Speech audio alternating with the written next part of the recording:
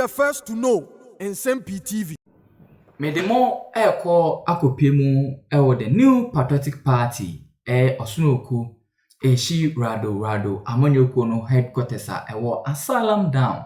Nene Honorable Kennedy Akompreko Ohene Japan, former member of parliament for Asen Central. Onumnyafo yenyenim se watrinity a opese olidi NPP amanyoko no. Now with unity omo enkabomu ene GDA NPP amanyoko no delegate eto abama no na 2028 general election am ya doma watimi agitumi no efi NDC amanyoko no ame the ruling party ensem ama Sh0cks Sh0cks amanyoko no na menemo ka say die NPP amanyoko no headquarters Asylum Down adane abutu abusia edom bra Honorable Kennedy Akompreko Ohene Japan ekopie ho no edom edi twi abepemu ewo NPP headquarters Asylum Down no in fact abusia ana mo video kaburu ameyi achemo edom Honorable Kennedy Akompreko Ohene Japan apuli ewo NPP headquarters no ebro adwen ene entiase so na bra Honorable Kennedy Akompreko Ohene Japan file ne nomination and the forms no ewie no abusia NPP elders no de ensem kakra etudwa ana Honorable Kennedy Akompreko Ohene Japan de ensem kakra etudwa na owie no NPP leaders no na NPP elders no so de ensem kakra etudwa na Honorable Kennedy Akompreko Ohene Japan ne kasemo no ensem ano de etudwa ne se ade a ebe watimi wakame wana NPP amanyoko no amfa ma coming 2026 na me advance 1 January 2026 premisa bano ni enfa nkabomu enkoto abane din na ekoto abana de obawe ni bia na the delegate ni benya ni mugidie ato abama no no alidi party ni bia omu ada candidate no so ebenya ne support bema candidate kro ni nyina 2028 general election no yakopre tumi no age ama NPP amanyoko no wiye no ana NPP elders no so reply Honorable Kennedy Akompreko Ohene Japan ana omso de nsem kakra eto Honorable Kennedy Akompreko Ohene Japan anim se abra wa file ana wa submit any forms awie no wonka ehunu se onko no ton ono ankasa Honorable Kennedy Akompreko Ohene Japan ni mu na onka ni so ani hunu enche delegate no na to delegate na asoma makoto abama no na onto ne nkwada na odu omachi ni sofo 12 no mde edidiatem eko under candidate esun titiru ne Dr. Alhaji Mahmood Bawumia abusia o de min CBP dom die Honorable Kennedy Akompreko Ohene Japan epuli NPP headquarters o de yenjebre ni entie nsema Honorable Kennedy Akompreko Ohene Japan editudwa ene ensema NPP elders nso edito Honorable Kennedy Akompreko Ohene Japan enim any test video no near hemra. Good afternoon, election committee members. Myself and my team are happy to be here this afternoon to submit our forms. We want to say a big thank you. I know the crowd is too much and the place is hot for you. I kindly accept my apology. All I want to say is we are one party and we need unity in this party. And if there will be unity, there should be fairness. So I'm entreating the election committee, the national executives, regional constituency executives, that we should be fair to all the candidates so that we will have smooth elections. And if there's fairness, definitely there will be unity. So I'm only asking for unity in this party. It's very paramount.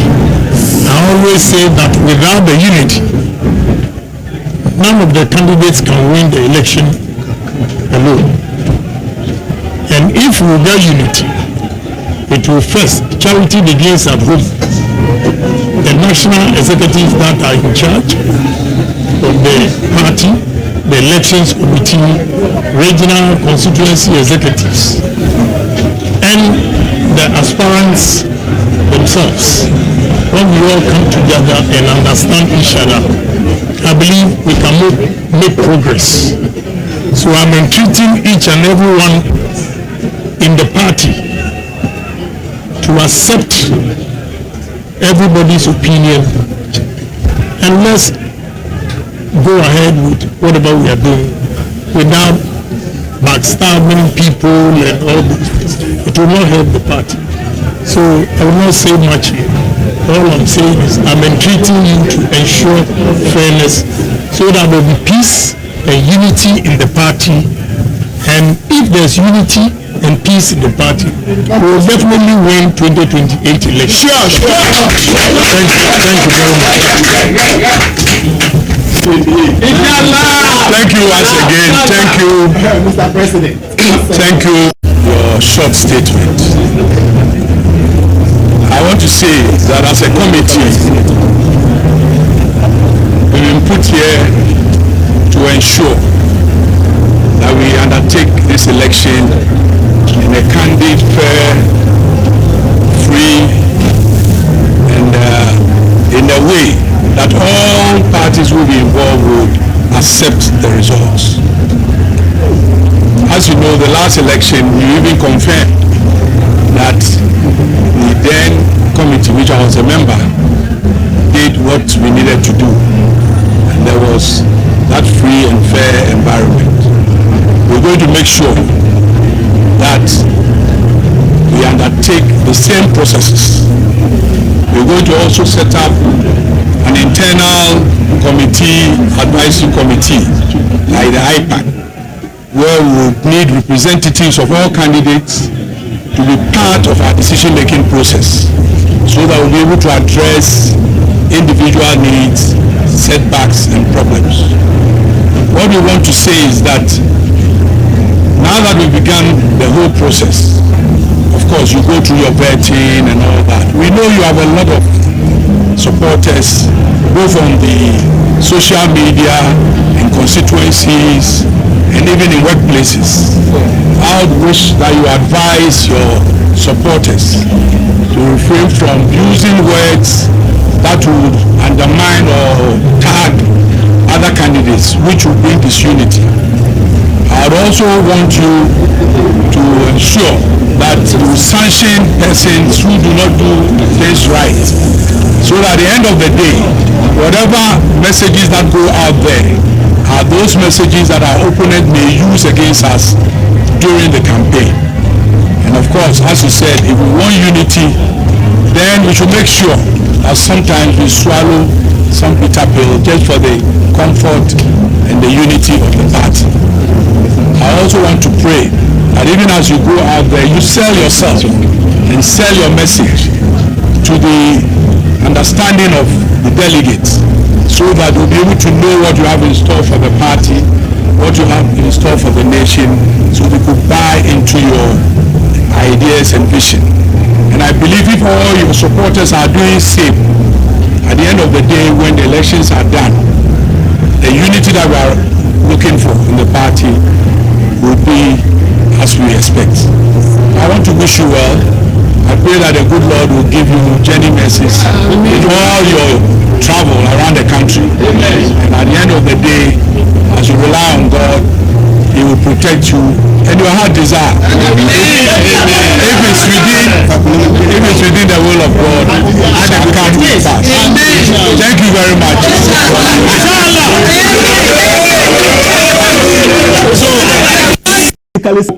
He speaks, and for 30 minutes, it's all about one candidate that he says he loves. The same candidate he says he loves. So you don't believe the love is sincere. And you ask yourself, why is it that there are 5-6 people contesting in an election, but there's only one person that is always receiving attacks from the opposition party? Let me put something into context, and Hamza probably knows, but again, the way John Mahama, His Excellency, has trained them over the period. The person who introduced the tribal politics in our polity here in Ghana is John Mahama. In fact, as of 2016, I don't think Dr. Baumia was anywhere close being flag bearer, was he? This is cityfmonline.com or City Newsroom, right? City Newsroom, yeah. November 20th, 2016. It's a 2 minutes read. You don't have 2 minutes. So this is what I will do. The opposition New Patriotic Party, and this is this a quote? Which year? 2016, November 20th. The opposition New Patriotic Party. I have my right of Relax, calm down. I am. will never allow its current running mate, Dr. Mahamudu Bawumia, to be flag bearer. President Mahama stated. According to President Mahama, the NPP has always taken Northerners for granted, and he expressed pity for those who sided with the main opposition party over his governing National Democratic Congress. He does ask Northerners to reject the NPP, describing it as a party that does not believe in the potential of Northerners. Addressing residents of Nora in the Upper West region, President Mahama himself, a Boli in the Northern region, lamented, "Sometimes I feel sad when I see some of our Northern brothers running and also doing this. They will use you and dump you." He's referring to the NPP. Let anything happen today, and let our brother Bawumia say he's standing for president in NPP. They will never give it to him, I can assure you. President Mahama went on and on and on and on. Then he said, he reminded that he had the full backing of the party executives of the NDC, and that no Congress was needed as he opined. So he's referring to the time President Mills passed and how he came in to be the candidate and all of that. If it was another party, they would have insisted that there should be Congress. And in that Congress, I would have been contested, and they would have given the leadership to somebody else. I am a proud member of the NDC because I know it is a party that opens opportunity for all people of Ghana, irrespective of your ethnic affiliation or your religious affiliation. This was 2016. That time, Bawumia had not even uttered a word. He had not even said anything. This man, John Mahama, His Excellency, is the one who went to pitch Dr. Mahamudu Bawumia years before even Dr. Bawumia conceived the idea to be a flag bearer for the NPP. So you see why I told you that John Mahama has trained them very well. 2016, he anticipated a possible Bawumia, candidature as far as 2016 and started pitching ethnic, tribal, and religious animosity against him at that time. So you are wrong. You are completely misleading the public if you try to create an impression as if Dr. Bawumia is the one who knew. Dr. Bawumia, when he went to the North to campaign, was always confronted by this quotation that Mahama did in 2016, and he always had to take his time to explain. That is the point. Number two, Hamza, sort to jump around and say, what is Bawumia coming to show us? Bawumia has never been president. Never. Even Mahama, who was president in 2012 and failed abysmally, woefully. He was president for 4 years. We slept in darkness for 4 years. Companies shut down, factories shut down. Millions of young children were left on the street of this country without affording to go to secondary school. National health insurance lost close to about 4 million subscribers because the health insurance had collapsed. Even John Mahama, after losing an election as a failed president, has been given another chance. What is he coming to do?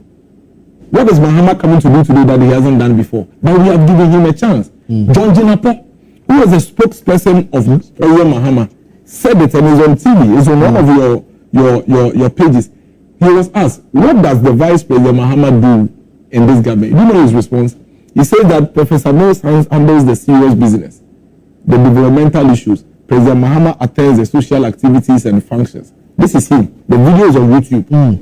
The video is on YouTube.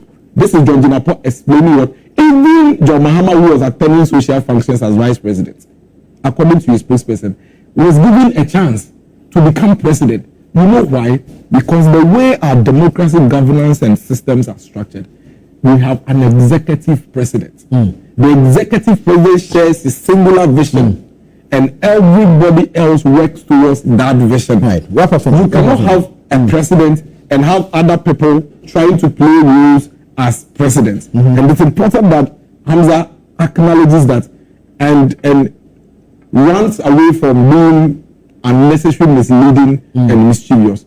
Number three, engineer makes a point about what the politics are. First of all, engineer, political parties exist to win elections, please. When we win the elections, then we form government. Then the government people will do their business. So as we speak today, the NDC, Nsem-Pii and Co are the party. Their job is now to prepare for the next election. John Mahama is the candidate and the president. His job is to run the country. But the party presents a manifesto to the people. And once the party presents a manifesto to the people, the president and the government will have to drive that manifesto. That doesn't mean that that party, if you're a political party, you can't go and organize funerals, you can't go and organize church, you can't do anything. Your job is to mobilize again for the next elections. And please, we have made some progress, albeit not maybe fast paced. We haven't been consistent, and I agree with him. But the reason why this country hasn't been consistent is because of the albatross of the NDC around our necks. Because anytime we make 2 steps forward, they come. And they come and take us 10 steps backwards.